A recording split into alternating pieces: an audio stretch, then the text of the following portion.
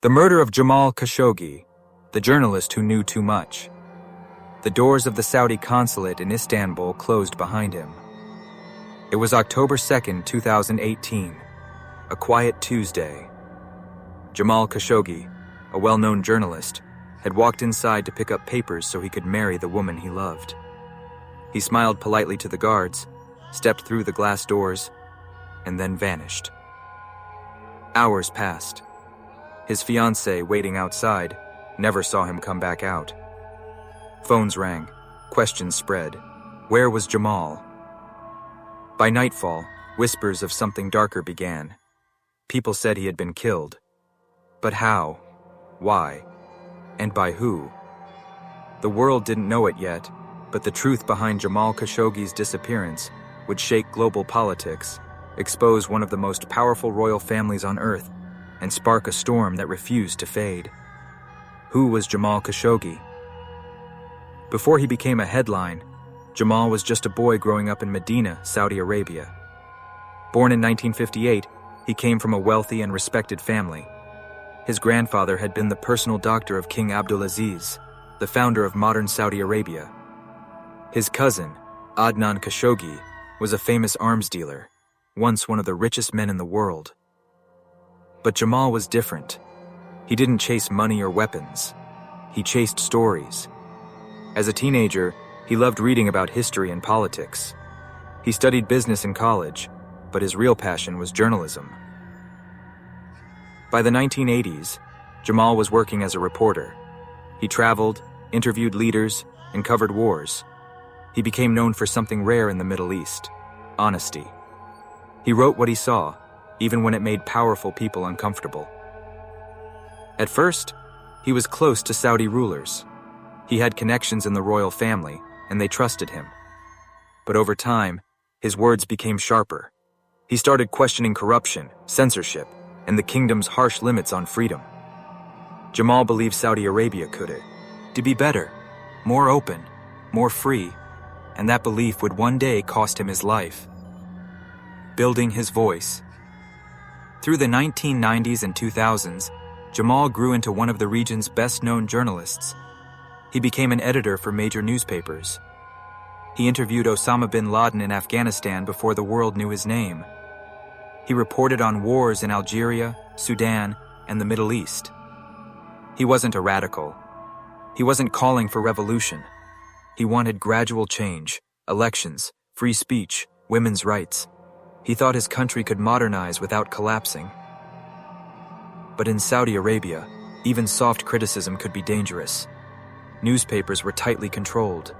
Journalists who spoke too freely could be banned, jailed, or worse. Jamal walked a fine line. Sometimes he was forced out of his editor jobs. Sometimes he was banned from writing at all. But he never stopped speaking. In 2017, everything changed. A new crown prince, Mohammed bin Salman, known as MBS, rose to power. At first, Jamal supported him. MBS promised reforms, letting women drive, opening the economy, loosening old religious rules.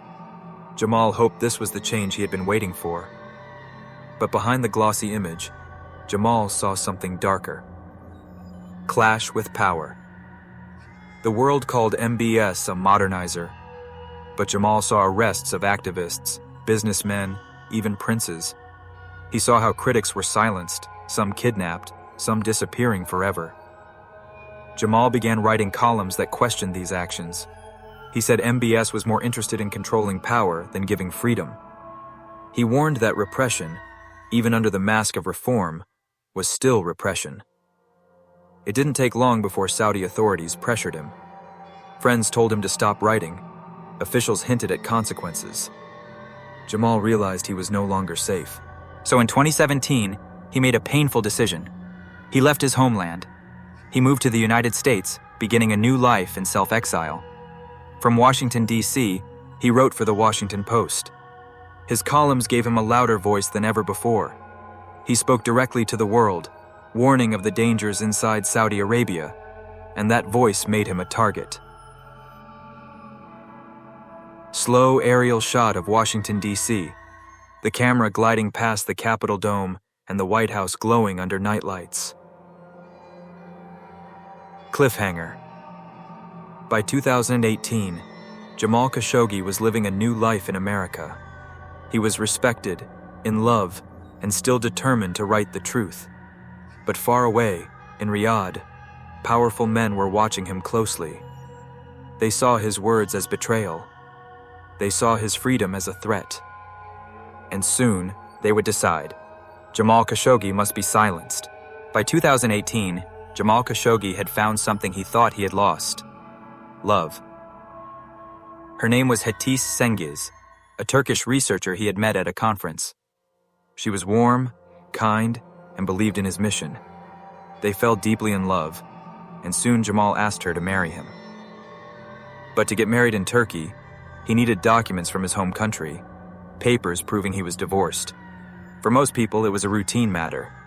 For Jamal, it was a decision that would change everything. In September 2018, Jamal first visited the Saudi consulate in Istanbul. He walked in, nervous but calm. To his surprise, the staff told him the documents weren't ready. They asked him to come back later. It seemed harmless. But behind closed doors, something darker had begun. The trap is set. After Jamal left the consulate that first time, phone lines buzzed in Riyadh, the Saudi capital. Reports went up the chain of command. Jamal Khashoggi was seeking documents at the consulate. To Saudi officials, this was an opportunity. They could get him back inside their control, where the world couldn't see. Plans began forming. Special teams were chosen. Flights were arranged. Intelligence agencies would later say, this was no accident. The trap was being set. Jamal's last morning. October 2nd, 2018. The day started normally. Jamal and Hatice had breakfast together. He was calm, even joking. He told her he would be quick at the consulate. She waited outside, smiling, imagining their future together. Jamal wore a black suit, a light vest, and a tie. He carried his papers, his phone, and his hope. He told Hatice, "See you soon, my love." Then, at 1:14 p.m., he stepped into the consulate. The glass doors closed. Hatice waited outside. She would wait for hours, but Jamal never returned.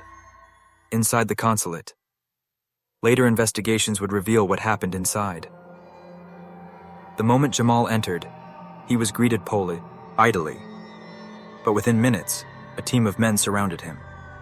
They were part of a special squad sent from Riyadh just for him. Among them was a forensic doctor. There were intelligence officers. There were men tied closely to the Crown Prince's circle. This was no ordinary consular staff. Jamal quickly realized he was not there for papers. He was there because of his words, his criticism, his refusal to be silent. Reports say there was a struggle. Jamal pleaded. He resisted. Then his voice was silenced forever. The wait outside. While this horror unfolded inside, Hatice stood just meters away. She waited on the sidewalk, holding her phone, glancing at the doors every few minutes. She grew worried when the hours dragged on. She called friends. She called contacts. Nobody had answers. As night fell, she knew something was wrong. Her heart raced, but she refused to leave. She stood outside until the consulate closed its doors. The man she loved had walked in. He had never walked out. Whispers spread. At first, Saudi officials insisted Jamal had left the consulate safely. They claimed he had vanished somewhere in Istanbul. But surveillance cameras outside told another story. There was no footage of him leaving. Journalists started asking questions. Turkish investigators began digging. The Saudi version didn't add up. Then came the first whispers. Jamal Khashoggi had been killed inside the consulate. At first, it sounded impossible. Could a government really murder a journalist inside their own diplomatic building on foreign soil? The answer, as the world would learn, was yes. The world reacts. When news of Jamal's disappearance broke, shock spread across the globe. Jamal wasn't just a Saudi critic.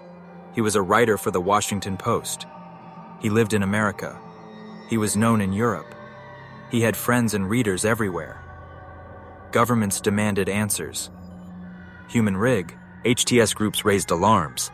The press called it a test of truth versus power. Saudi Arabia denied everything. They said Jamal had walked out freely. They said nothing had happened inside, but evidence was mounting. Turkish investigators leaked details to the media, a special hit squad, recordings, and proof that Jamal's fate had been sealed inside those walls. The cover story was crumbling. The truth was too big to hide. For days, the world asked one burning question. What really happened to Jamal Khashoggi inside that consulate? The Saudis still denied. But leaks from Turkey told a story too dark to ignore. Soon, the horrifying details would come out, shocking the world, shaking governments, and revealing how far power will go to silence a voice.